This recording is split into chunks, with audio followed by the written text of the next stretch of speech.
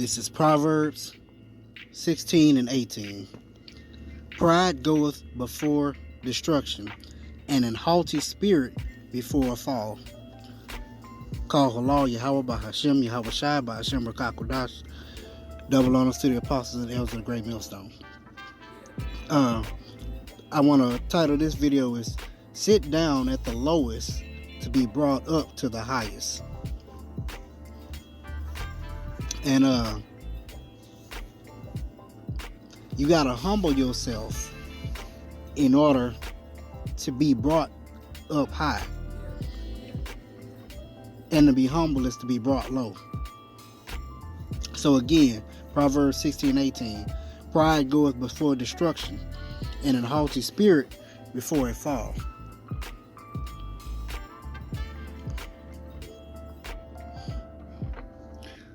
This is Proverbs 18 and 12. Before destruction, the heart of man is haughty, and before honor is humility. Let's look up that word haughty since we're here. Haughty, to be high, be exalted, lofty, tall, to be lofty, to be haughty, to be arrogant. Let's look up humility. Humility or meekness. So it's best to be to have humility, because that's basically having meekness, as meekness being low.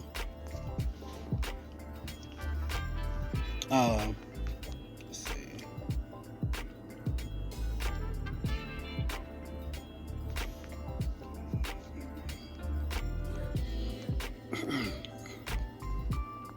Proverbs 29:23. A man's pride shall bring him low, but honor shall uphold the humble in spirit.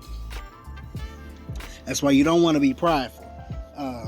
This kingdom, Babylon the Great, teaches you to be prideful.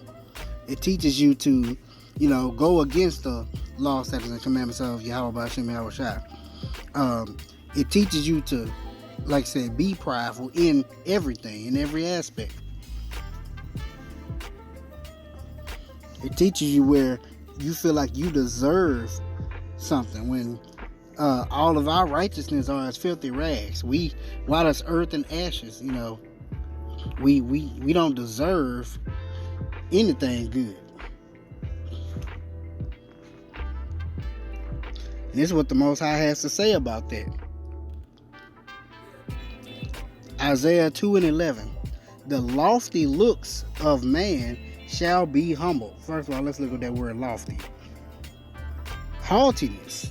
Then we just read haughtiness in that in Proverbs 18 and 12. Destruction of the haughty. Haughtiness. The lofty looks of man shall be humble, and the haughtiness of men shall be bowed down. And the Most High alone shall be exalted in that day. He's the only one that deserves all the glory, all the praise.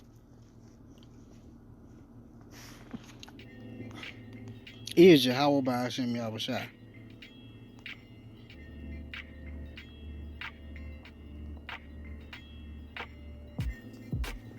This is going to be James chapter 4 verse 6. But he giveth more grace. Wherefore he saith, God resisteth the proud, but giveth grace unto the humble. That's right. It's all about being humble, because we have no reason to be proud, because he chose us. We have not chosen him, but he chose us. You got to be chosen. As a matter of fact, Moses was chosen. Let me show you why he was chosen. This is Numbers 12 and 3. It says, now the man Moses was very meek, above all the men which were upon the face of the earth. And it says he was very meek. meaning he was humble, afflicted, lowly. You know, he didn't think proud. He didn't think highly of himself. He wasn't proud. And look at that word meek. That word meek is very important when it comes to these scriptures, because you want to have a meek spirit and be of a contrite heart. This is Psalms 37:11. But the meek shall inherit the earth, and shall delight themselves in the abundance of peace. The promises are going to be to the elect, and the elect are going to be very meek men. Meek men and women. The ones that's gonna inherit the earth are gonna be very meek. So on his Psalms 149:4, it says, "For the Most High taketh pleasure in his people; he will beautify the meek with salvation." That's funny there. So, like I say, you want to be meek.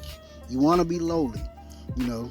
You don't want to be in a, oh, I ain't shit like that, but you know, you want to understand that Yahweh Hashem Yahushua is the only one who deserves the praise, the honor, and glory. We are just the vessels, the mouthpieces that he uses. We don't deserve anything. You know, all glory, all honor, and praises go to him. This is Matthew 5:5. Blessed are the meek, for they shall inherit the earth. Right, the portion of the meek is the earth. And that's why the Lord's portion will be they that are meek. Which brings me to Luke, the parable that Yahushua spoke. This is Luke chapter 14, starting at verse 7. And he put forth a parable to those which were bidden, when he marked how they chose out of the chief rooms, saying unto them, when thou art bidden of any man to a wedding, sit not down in the highest room, lest a more honorable man than thou be bidden of him. So you don't want to come in a room and you got the king or the one that's the head sitting at the head of the table, and you go sit right next to him, or you go sit in his seat if his seat is empty. You don't want to do that. That's not for you to do.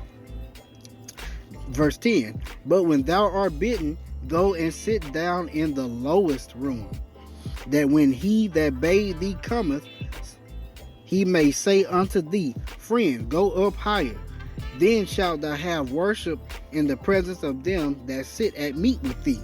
So if you come in a room, the king is not there, because the king is going to be the last one to come in to make his entrance. You don't go sit in the king's seat. You don't go sit in the highest point of the table. You go sit at the lowest point and let the king bring you up.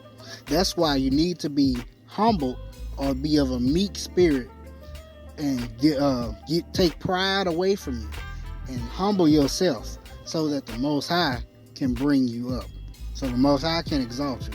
Because when you exalt yourself, he will abase you. He will bring you down. Matter of fact, verse 11.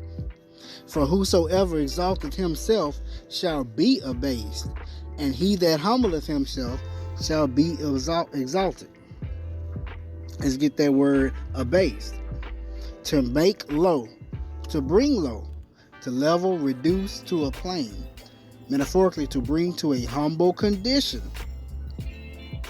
Assigned to a lower rank or place. To be ranked below others who are honored or rewarded. Exactly. So you don't want to be brought low within the presence of others, because you, with your pride, you brought yourself down. That's why you want to humble yourself, so that the Most High can exalt you. He can place you on a pedestal. He can put you up high. And with that, shalom.